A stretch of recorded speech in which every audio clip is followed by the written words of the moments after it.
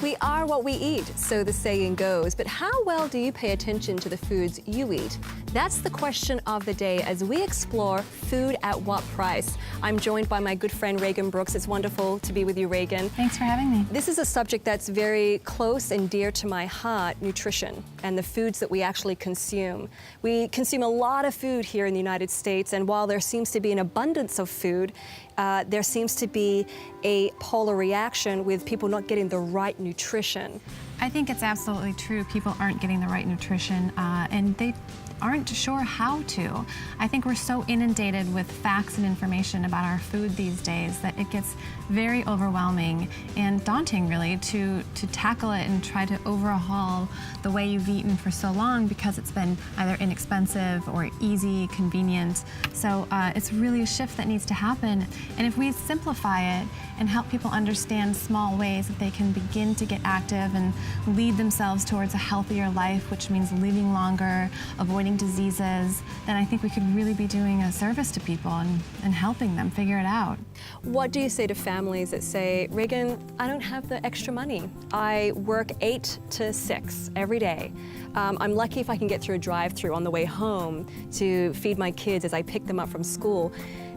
Families who are struggling, families who don't have the time, what do you say to them? How can you encourage them? I think that's a really realistic situation for most families, to be honest.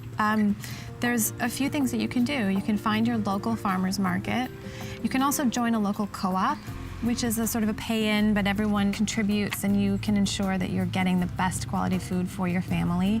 Another thing is, you think you have to buy everything fresh, but you don't. There's canned varieties of organics that are just as nutritious and the quality is there and they are organic. We have chickpeas, for example, that one is organic and one is not organic, but for a couple of cents extra, you can buy the organic canned. Let's do a taste test and I'm going to see if you can tell which is organic and which is not. Okay, so just try one of each? Yep, try one of each. What do you notice visually about each of them, too? Well, this one looks really pretty. It's light in color. It looks perfect. This one's a little darker and not so perfect. I mean, me being a foodie. Now, which do you think is organic and not organic? I'm gonna say the darker one's organic because it's not perfect. I feel like sometimes when we go to the grocery store, the food looks so polished and so perfect that it doesn't look like it just came from a farm. Yeah, it's true. Was that right? Was that right? Yeah, you're okay, absolutely great. Correct. I want to ask you more about grains because I eat a lot of rice and pasta. Is white rice out, brown rice in? What's the myth about grains these days? I think it sort of is. I think it's an area where we can really get a lot more nutritious bang for our buck. They have so many things available to us now. Quinoa, this is a super grain. It's a mixture of buckwheat and quinoa and all of this that's going to just give you more nutrition in your diet. I see some tomatoes over there. Again, do you have a organic and non-organic? I do. You do? Can you tell? Well, this time I want to say that the organic is the rough-looking one, but he doesn't look right to me. I want to say that this is the organic because that's how a tomato should form, a little bit weirdly. You were right. This is the organic tomato, and this is the non-organic. Can we taste it? Absolutely. This is the non-organic. Okay. Tomatoey flavor, texture Kind seems of plain in taste, though. Mm-hmm. And this is the organic tomato.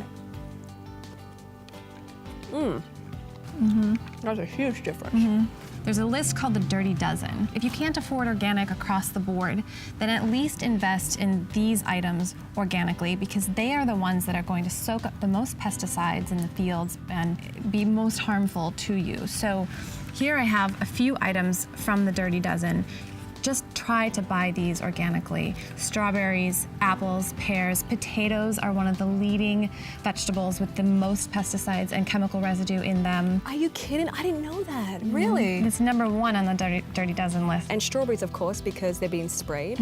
Lettuce, they're being sprayed. Lettuce, and if you can't buy organic, please wash your vegetables appropriately because it is going to remove a lot of the pesticides that they're grown with. But this is very important if you can spend your money here. Let's talk about the meat and dairy industry. Well, let's take eggs first. It's really important to buy cage-free eggs. First, it's humane. the birds are able to roam. Another important, valuable thing about cage-free chickens is that it greatly reduces the risk of salmonella. It's rarely seen in cage-free environments. Let's talk about beef. Grass-fed beef is very important.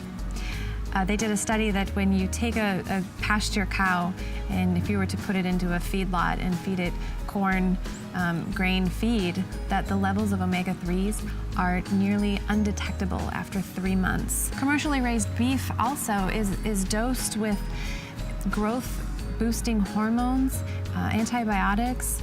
These things leave chemical residues in the meat and in the milk, and it's probably not a coincidence that American girls as young as 7 are entering puberty. No matter if you're a meat eater or not, it's a hard truth to hear. We must continue to question not only how animals are treated, but what they're being treated with to ensure overall health for all. Remember, Knowledge is power. So if you're looking to make some changes in your diet, know more about your foods, become more conscious of what you're putting in your mouth at the dinner table, go to our website, athomewithdidiayer.com. Ragan has some wonderful facts there that will really inspire you to consider your next meal. Thank you so much, Ragan. I really appreciate you talking with us today. Of course, Didi, and just remember, it's small steps lead to overall success in the long term.